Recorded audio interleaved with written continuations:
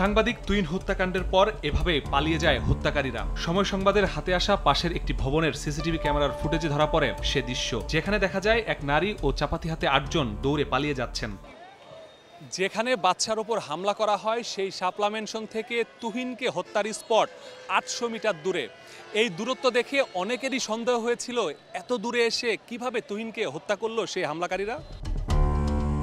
তুহিন হত্যাকাণ্ডের পর পুলিশের হাতে আসা এই ফুটেজটি পাল্টে দেয় দৃশ্যপট। দায়িত্বরত পুলিশ কর্মকর্তারা বলছেন ওই নারীর নাম গোলাপী। তিনি একটি সংঘবদ্ধ প্রতারক চক্রের সদস্য। চক্রটি গাজীপুরে দীর্ঘদিন ধরে হানি ট্র্যাপে জড়িত। বিভিন্ন ব্যক্তিকে প্রতারণার ফাঁদে ফেলে অর্থ হাতিয়ে নেয় এদের মূল কাজ। যেখানে তুহিনকে হত্যা করা হয় তার কিছু দূরেই শাপলা ম্যানশন। শাপলা ম্যানশনের সামনের এই ফুটেজে দেখা যায় বৃহস্পতিবার সন্ধ্যা 6:58 এক নারী ও পুরুষের মধ্যে হাতাহাতি হচ্ছে। এর আগের ঘটনা হলো ব্যাংক থেকে টাকা তুলে বেরিয়ে আসেন বাদশা নামের এক ব্যক্তি। এ সময় বাদশাকে গোলাপী নামের ওই নারী কুপ্রস্তাব দেয়। সেই নারীর মূল উদ্দেশ্য ছিল টাকা হাতিয়ে নেওয়া। সেটি বুঝতে পারার পর গোলাপীর সঙ্গে হাতাহাতিতে জড়ায় বাদশা। ওদের সাথে একটা পারাপার হয়েছে, পারাপার হইলে টাকাটা আমার পকেট থেকে নিয়ে গেছে। বাদশা ও গোলাপীর হাতাহাতি চলাকালে ঘটনাস্থলে চাপাতি হাতে হাজির হয় গোলাপীর সঙ্গী সাথীরা। আর এই পুরো ঘটনাটি ধারণ করছিলেন সাংবাদিক আসাদুজ্জামান তুহিন। আর তাই বাদশার ওপর থেকে চক্রটির ক্ষোভ গিয়ে পড়ে তুহিনের ওপর।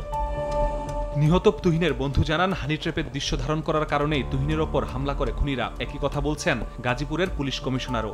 যার উপরে আক্রোশ ছিল, যার উপর টার্গেট করে আসছে তাকে আর পায় নাই। ও ভিডিও করার কারণে পরে অনাকাঙ্ক্ষিতভাবে মেয়েটার নাম গোলাপী। ওরা নাকি বিভিন্ন জায়গায় ওই রকম হানি ট্র্যাপের মাধ্যমে সাংবাদিক ওইগুলি ধারণ করলো, কথা কাটাকাটি এক পর্যায়ে ভিডিও ডিলিট করার কথা, তার উপরে চড়াও হয়ে তাকে মেরে ফেলা।